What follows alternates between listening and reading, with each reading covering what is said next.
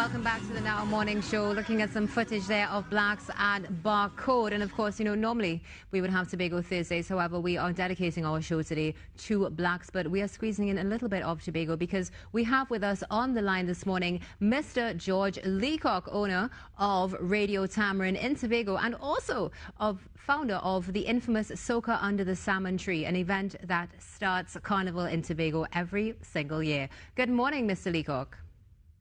Good morning to you, and thank you for having me, and thank you for giving me an opportunity to weigh in with my comments about Blaxx and the experiences I have had with him over the years. Good morning to all your viewers. Good morning, and thank you for agreeing to be with us this morning on the morning show. So, Mr. Leacock, tell us, what are some of your favorite memories of Blaxx? Let me start by saying that I have interacted with a number of the performers in Trinidad and Tobago. And I can't say that the relationship has always been universally good. But with Blaxx, it has always been excellent.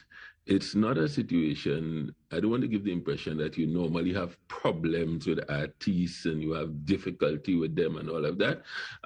Not really. It was always a good time with Blaxx, an enjoyable time. You almost feel guilty reminiscing about Blaxx because you're supposed to feel sad at some point in this experience that we're all going through collectively as a nation. But every time you start thinking about Blaxx is a funny anecdote about something he did or said or something like that, and you just have to break out laughing. I first met him more than 20 years ago through Earl Crosby, because what happened with Soca Under the Salmon Tree, it was actually Earl Crosby's Carnival launch that was transferred to Tobago. It became a little bit uncontrollable for Earl in Trinidad. And he, remember, was producing a lot of artists at the time, God rest his soul. And that was the formula, the avenue for the artists to get out. It was really, really early in the season. And I remember Blaxx in particular said, "But this is a good time to test out this tune." And he would be there. We had a very interesting arrangement where the artists were actually there for the whole day in the yard, eating food, talking, arguing. Every argument led by Blaxx that I am aware of had to do with him arguing in favor of soca music being the best thing that happened since cable breaks, sliced bread, and all the other things that you think are best, maybe the best thing since the internet. In terms of specifics, my brother lives in North Carolina, and they were doing a carnival one year. They were starting it, I think it was the first year they had it. I think they've been having for 4 or 5 years now.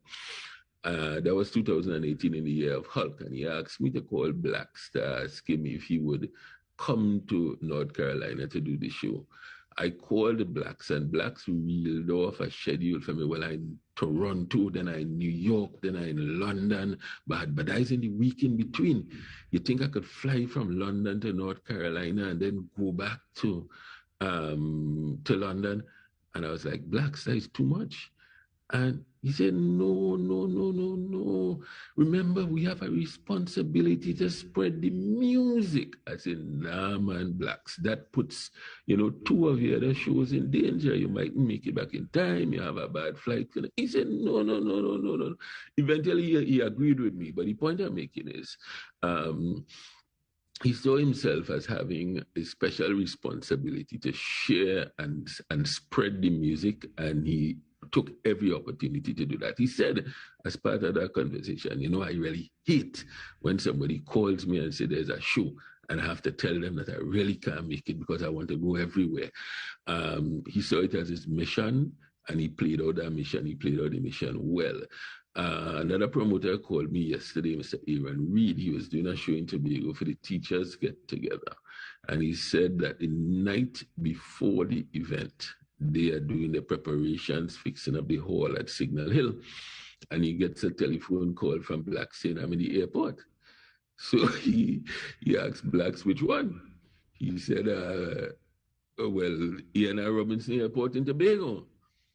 To which Mr. Reed had to respond. He said, well, Blaxx, the show is tomorrow night, it's not tonight, He said, oh, shucks, buddy. Like I get something mixed up. No, I have had the situation with another artist missing 3 flights to Tobago for the same event. And eventually showing up, I don't know if he came on the wings of a dove. I don't know if he jumped across, how he made it. But imagine that Blaxx is here the night before. He said, well, I'm here. So make use of me. Put me on the radio. Let me do interviews. Let me promote the show. That was the nature of the person with Blaxx. But the final one I want to tell you about is in 2018 when he sang Hulk. To me, when I heard the beginning of the song, I said, about 100 years ago, Super Blues sing about Superman and all this. Blaxx now singing about Hulk. Of course, that's before you got into the lyrics. Anyway, I was functioning at the Festivals Commission, and we came up with this innovative thing of having the show inside the show park complex and then having outside in the yard, after the show, we would have the fete. And I was able to engage Blaxx for that event. Of course, he had 100 things to do, but he fit it in. So Blaxx is there. And we come outside, we had a young MC who had a tendency maybe to what I call drunk in honey. He gets so happy on stage. He's not, he stayed maybe a little too long. So he was there and calling out every posse and all that kind of stuff and so on. And Blaxx was sitting on the next side of the stage with me and a gentleman by the name of Roger Jones, who was doing the sound system.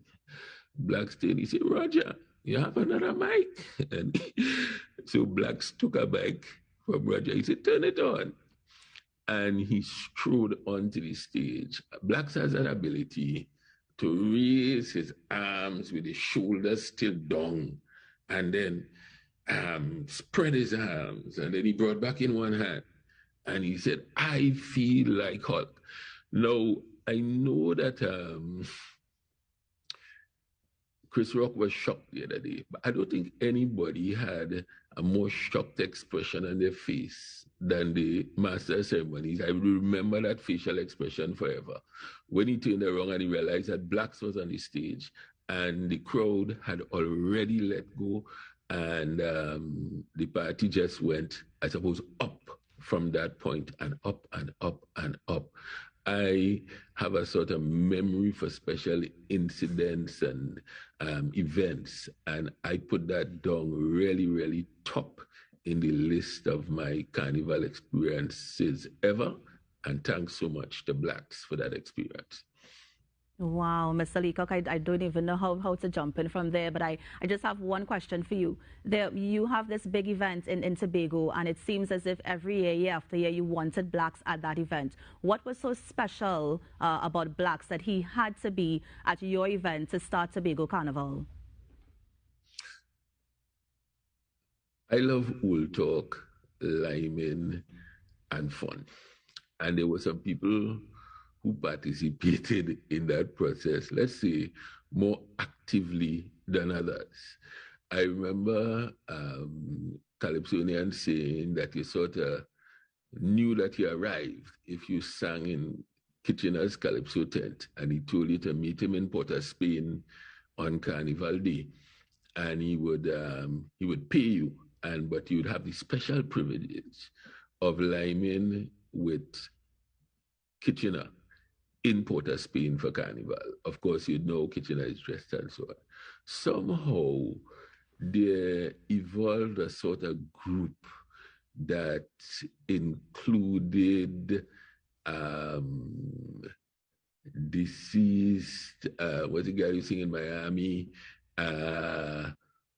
Crazy, certainly part of that group.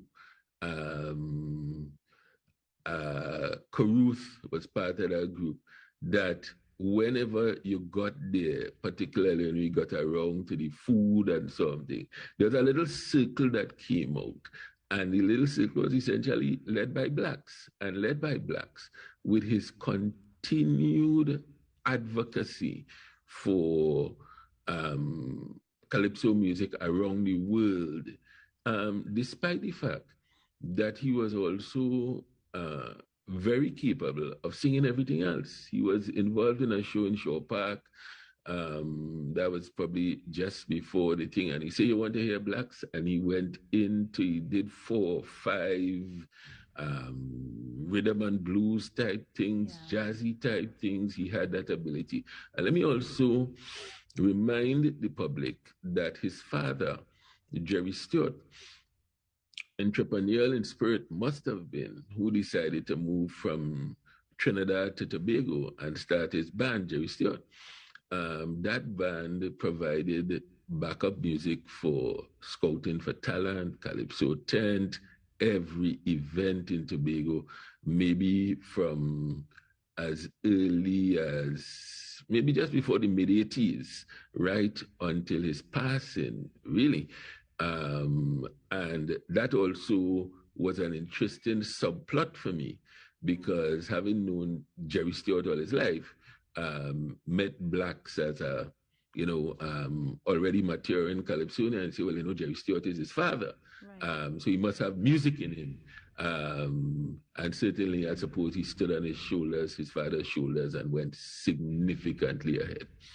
Now, Mr. Leacock, of course, not to cast aspersions on any other artists, but anything you think other artists in the soca fraternity can learn from Blaxx?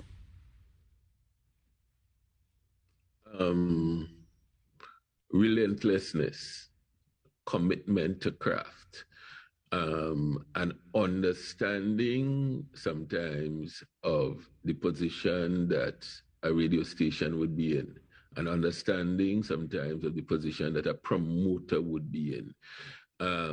Sometimes you see a relationship between artists and promoters, like they operating on different sides of the divide.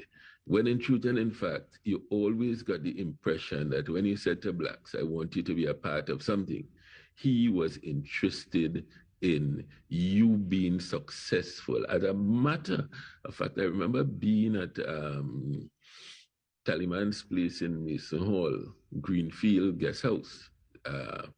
He was staying there. And was maybe one of I happened to be there early in the morning after an event that did not go so well in Tobago. I don't remember who was the promoter. And Blaxx came in and he was upset. He was upset. And he was paid, right? But he was upset because he felt that the show should have been more successful. And like he almost took it like it was a personal feeling on his part that the show wasn't as successful as he wanted to be. Right. Wow, that's amazing. And I mean, any one memory or any one thing that you yourself learned from Blaxx that could probably help you in your career as a promoter, as a managing director of a radio station, anything you will take from Blaxx's life? As radio stations, we are asked to do something that I suspect is really the responsibility of the education system. I find it particularly strange that up to this point in time, and me myself, my background is in physical education, but my minor is in literature and Caribbean literature. And that we do not have a program of English literature in schools that use the lyrics of Calypsos as the source material, or even the lyrics of Jamaican music as the source material for the students' learning that they would be examined upon. It seems to me that would put an easier presentation to us as promoters and as people who kind of get to decide which music plays on the radio and which music doesn't play on the radio.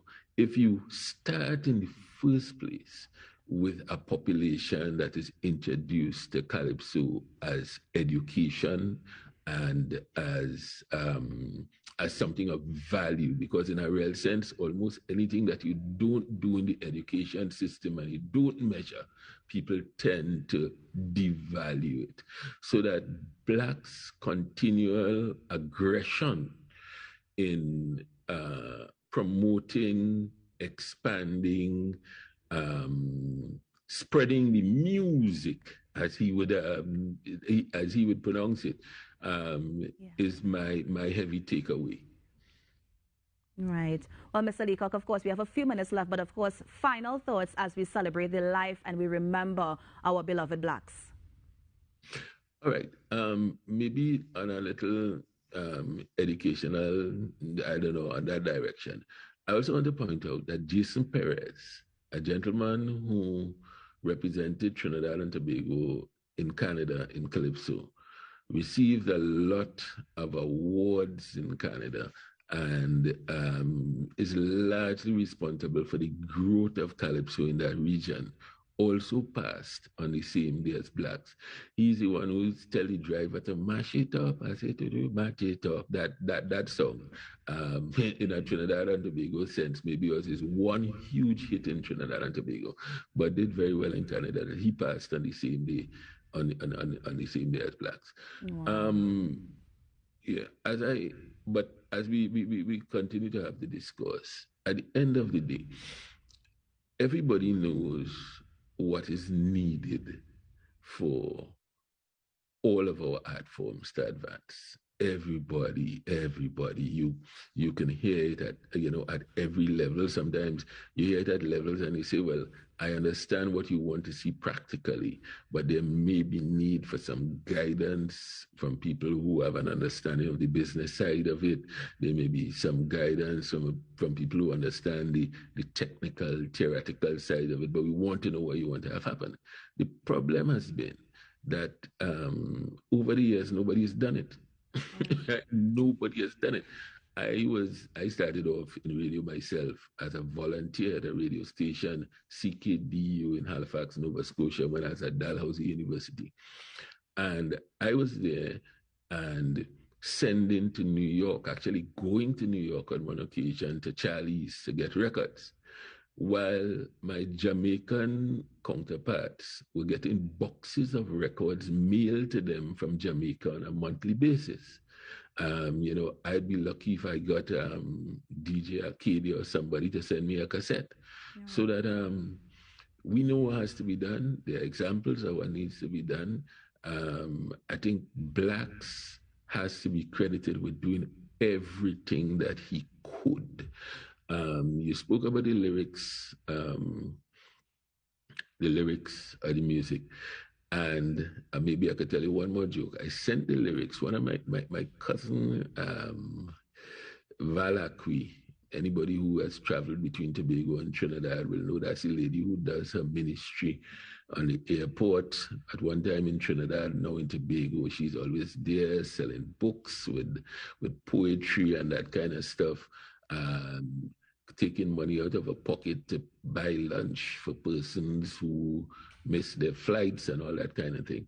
And so I sent her the lyrics for Hulk. And her response was, but all I have to do is say the word Jesus and I could sing that in church. Wow. Mr. Leacock, wow.